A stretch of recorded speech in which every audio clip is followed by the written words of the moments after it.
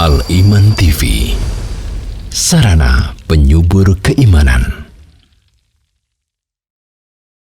Assalamualaikum warahmatullahi wabarakatuh. Innal hamdalillah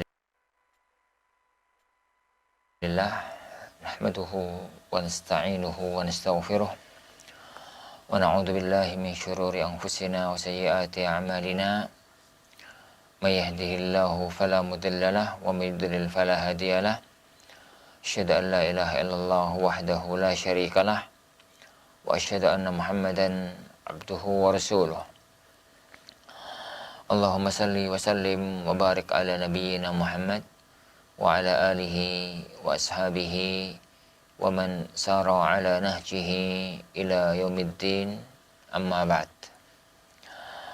Min jamaah kaum muslimah, khwani wa akhwati, azani Allah wa iyyakum, para pemirsa Iman TV, para pendengar Radio Ar-Rayyan yang dimuliakan oleh Allah Subhanahu wa taala. Alhamdulillah, di malam hari yang berbarokah ini kita kembali dipertemukan oleh Allah Subhanahu wa taala untuk kita lanjutkan kajian kita mempelajari kitab Al-Qawaid wal Usul Al-Jami'ah oleh Fadilatul Syekh Abdurrahman Ibn Nasir As-Sa'di rahimahullahu ta'ala. Kita sampai pada kaidah yang kelima dari kitab Al-Qawaid wal Usul Al-Jami'ah. Beliau rahimahullahu ta'ala mengatakan, Asy-syari'atu mabniyatun ala aslain.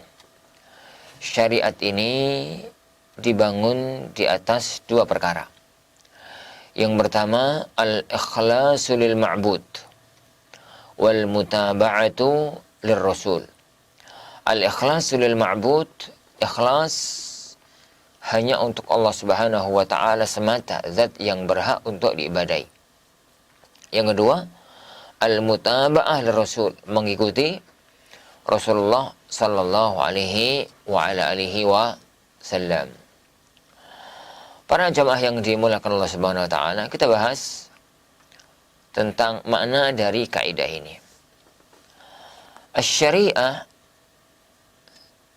maknanya adalah syariat agama kita.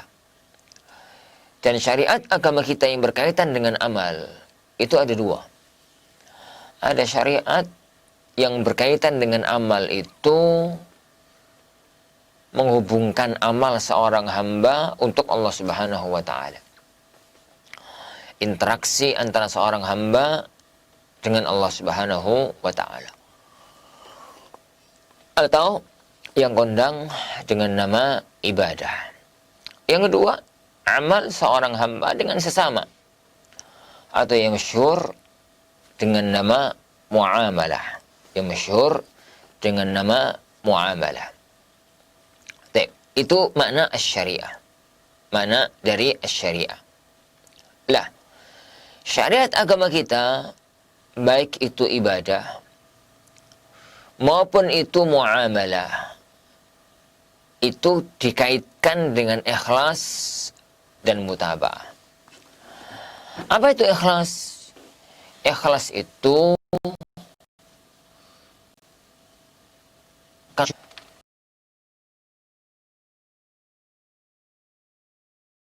dia dalam beriman, dalam beramal hanya untuk Allah Subhanahu wa taala semata. Bukan untuk yang lainnya. Bukan untuk sanjungan dan pujian yang lainnya. Maka itu namanya ikhlas. Jadi namanya ikhlas. Bahwasanya ikhlas itu hanya mengharapkan Allah Subhanahu wa taala. Nah, jadi kata para ulama kita, ikhlas itu adalah an ta'malal 'amala ma'a qat'in nazar 'anil nas wa 'amma fi aidin nas. Engkau melakukan satu amal perbuatan yang tidak ada kaitannya dengan harapan kepada manusia dan tidak kepingin untuk mendapatkan apa yang dimiliki oleh manusia. Mana ikhlas? Apa makna mutaba'ah? Sebelumnya, ikhlas itu kalau memang itu definisinya, maka berarti ikhlas itu ada penghalangnya, ada yang melawannya, ada yang membatalkannya. Dan yang membatalkannya adalah riya.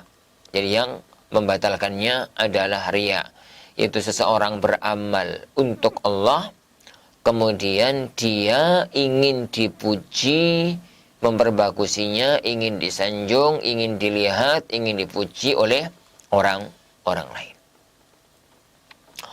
Adapun mutaba'ah, maknanya adalah mengamalkan sesuatu dengan mengikuti syariatnya Rasulullah sallallahu alaihi wa ala alihi wasallam. Melakukan sesuatu dengan melakukannya sesuai dengan apa yang dituntunkan oleh beliau sallallahu alaihi wa ala alihi wasallam. Itu makna dari mutaba'ah. Berarti lawannya adalah kalau mengamalkan sesuatu bertabrakan dengan ajarannya Rasulullah, atau minimalnya tidak sesuai dengan apa yang diajarkan oleh beliau sallallahu alaihi wa ala alihi wasallam. Baik, itu makna dari kaidah yang ada di hadapan kita. Lah, apakah kaidah ini bersifat mutlak begitu? Perlu untuk diperinci. Bagaimana perinciannya? Sebagaimana saya katakan di depan tadi, syariat itu terbagi dua. Ada syariat itu amal perbuatan seorang hamba yang itu kaitannya antara seorang hamba dengan Tuhannya, dan itu ibadah. Dan itu adalah amal ibadah. Untuk amal ibadah ini, maka syaratnya dua ini, yaitu ikhlas dan mutaba'ah. Dalam artian ikhlas, tatkala dia beramal, amalnya itu hanya untuk Allah Subhanahu wa ta'ala semata, bukan karena untuk yang lainnya. Allah Subhanahu wa ta'ala berfirman, "Wa ma umiru illa liya'budullaha mukhlishina lahuddin." Jadi dalam mereka diperintahkan kecuali untuk beribadah kepada Allah semata, mengikhlaskan agama hanya untuk Allah Subhanahu wa ta'ala semata. Dan Rasulullah sallallahu alaihi wasallam bersabda, "Innamal a'malu binniyat wa innama likulli imri'in," yani manawa, sungguhnya amal tergantung kepada niatnya, dan sungguhnya setiap orang tergantung kepada yani apa yang dia niatkan. Jadi tergantung yani kepada yani apa yang dia niatkan. Nah, itu mana keikhlasan. Dari mana? Jadi dari keikhlasan. Baik. Syarat yang pertama. Syarat yang kedua, dalam ibadah itu mengikuti sunnahnya Rasulullah sallallahu alaihi wa ala alihi wasallam. Mengikuti sunnahnya Rasulullah sallallahu alaihi wa ala alihi wasallam. Karena Allah Subhanahu wa ta'ala dalam banyak ayat memerintahkan kita untuk taat kepadanya, memerintahkan kepada kita untuk mengikuti apapun yang beliau ajarkan.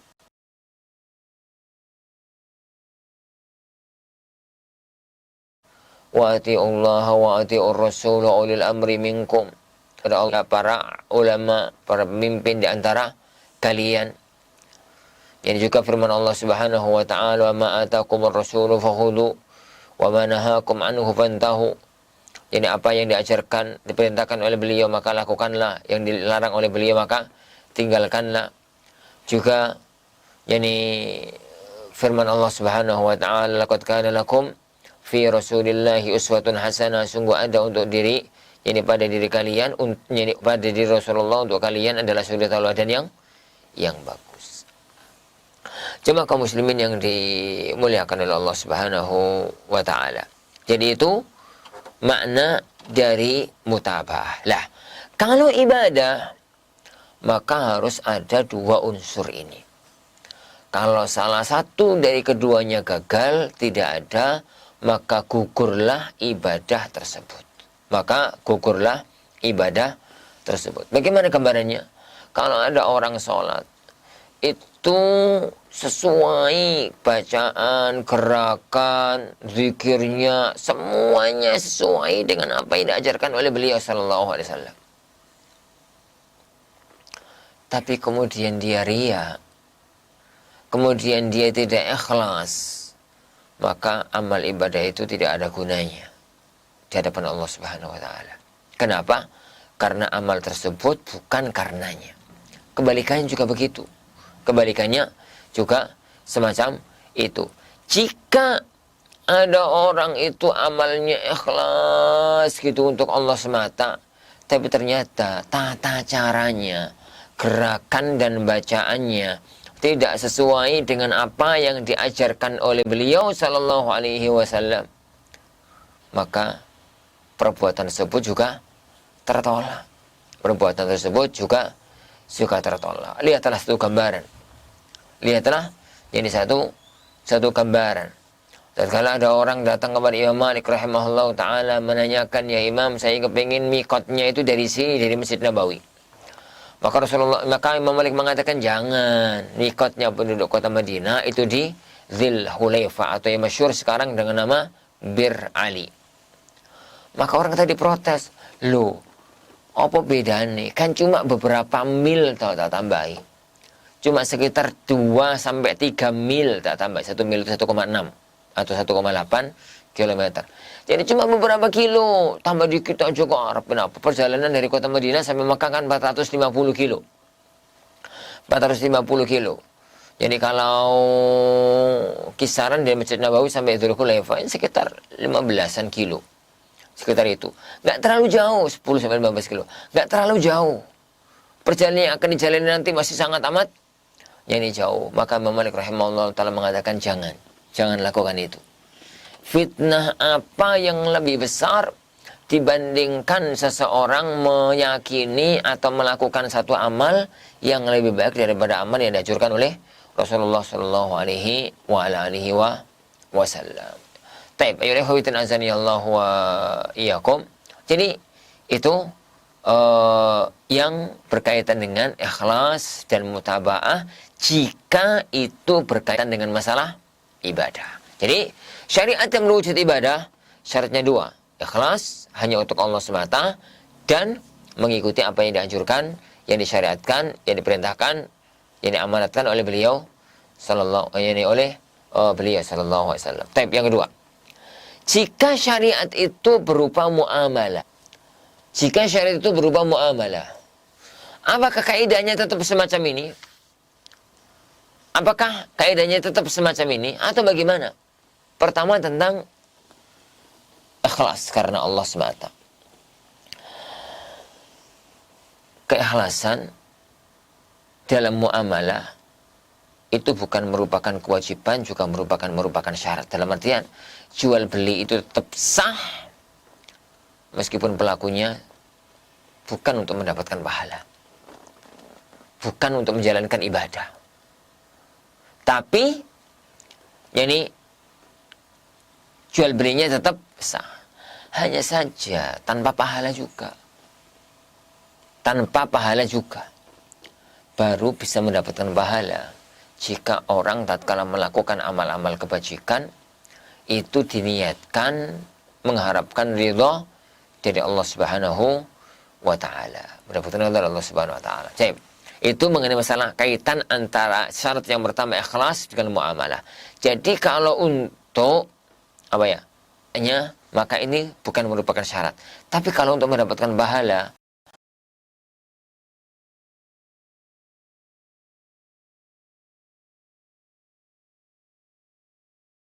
maka seharusnya yaitu syarat yang kedua yaitu mengikuti Rasulullah SAW. Mana mengikuti Rasulullah dalam hukum muamalah adalah apabila melanggar yang ditetapkan oleh Allah, yang digariskan oleh Rasulullah Shallallahu Alaihi Wasallam, maka muamalah itu meskipun muamalah, tapi karena melanggar aturan Allah dan Rasulnya, maka dianggap sebagai muamalah yang tidak sah karena syariat dibangun di atas dua perkara tadi, ikhlas dan mengikuti sunnahnya Allah sallallahu alaihi wasallam. Jemaah kaum muslimin yang dimuliakan Allah Subhanahu wa taala. Jemaah kaum muslimin yang dimuliakan oleh Allah Subhanahu wa taala. Kemudian Syekh Sa'di rahimahullah taala memberikan banyak contoh kasus yang berkaitan dengan keduanya, baik tatkala pada hukum yakni ibadah atau tatkala itu adalah pada hukum muamalah. Jadi pada hukum muamalah jadi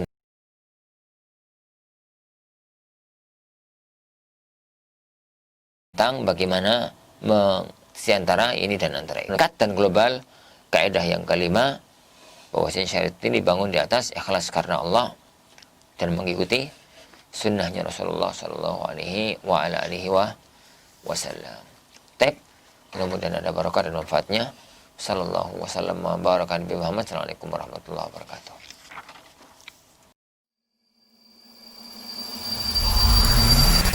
Al Iman TV, sarana penyubur keimanan.